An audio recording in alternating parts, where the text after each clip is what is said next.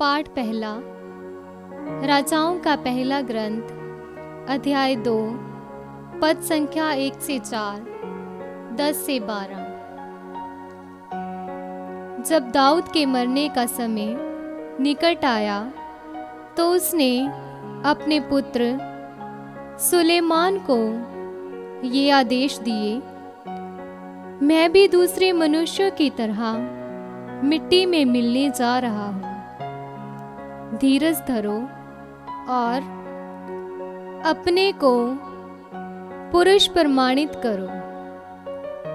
तुम अपने प्रभु ईश्वर के प्रति अपना कर्तव्य पूरा करो, उसके बताए हुए मार्ग पर चलो, उसकी विधियों, आदेशों, आज्ञाओं और नियमों का पालन करो, जैसा कि मूसा की संहिता में लिखा हुआ है।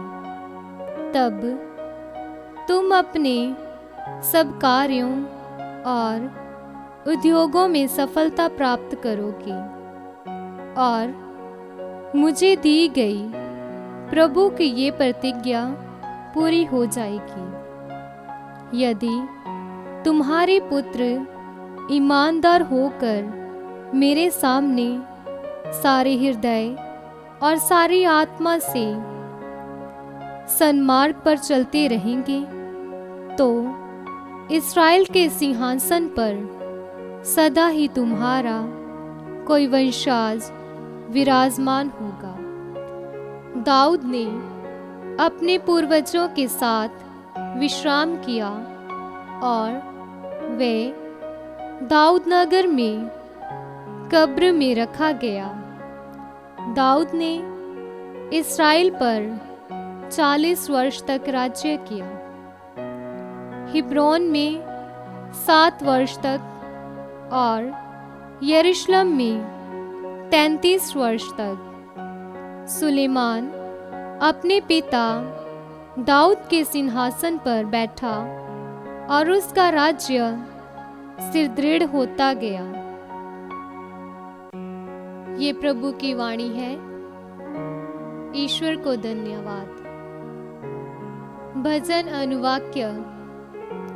हे प्रभु, तू समस्त सृष्टि का शासन करता है। हमारे पिता इस्राएल के प्रभु ईश्वर, तू सदा सर्वदा धन्य है। अनुवाक्य। हे प्रभु, तू समस्त सृष्टि का शासन करता है।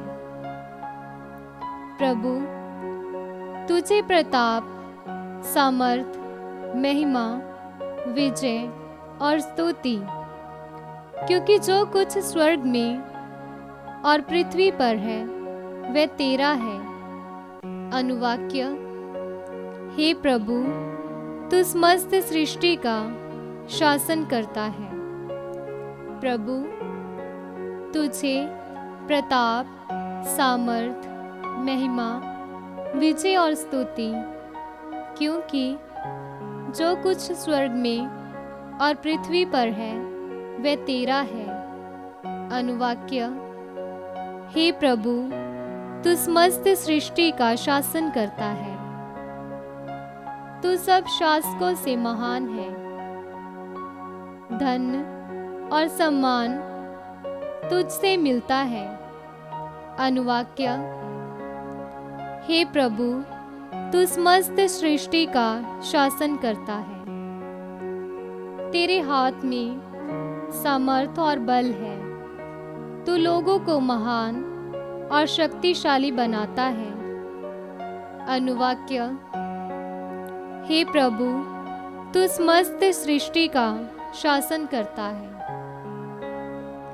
संत मरकुस द्वारा रचित सुसमाचार, अध्याय 6, पद संख्या 7 से 13 तक। ईसा शिक्षा देते हुए गांव-गांव घूमते थे। वे 12 को अपने पास बुलाकर और उन्हें अपदूतों पर अधिकार देकर 2-2 करके भेजने लगे। ईसा ने आदेश दिया कि वे लाठी के सिवा रास्ते के लिए कुछ भी नहीं ले जाएं। न रोटी, न झोली, न फेटे में पैसा। वे पैरों में चप्पल बांधें और 2 कुर्ते नहीं पहने। उन्होंने उनसे कहा, जिस घर में ठहरने जाओ, नगर से विदा होने तक वहीं रहो। यदि किसी स्थान पर लोग तुम्हारा स्वागत न करें और तुम्हारी बातें न सुने, तो वहाँ से निकलने पर उन्हें चेतावनी देने के लिए अपने पैरों की धूल झाड़ दो। वे चले गए। उन्होंने लोगों को पश्चाताप का उपदेश दिया, बहुत से अपदूतों को निकाला और बहुत से रोगियों पर तेल लगाकर उन्हें चंगा किया। ये प्रभु का पवित्र सुसमाचार है। क्रिस्त की जय।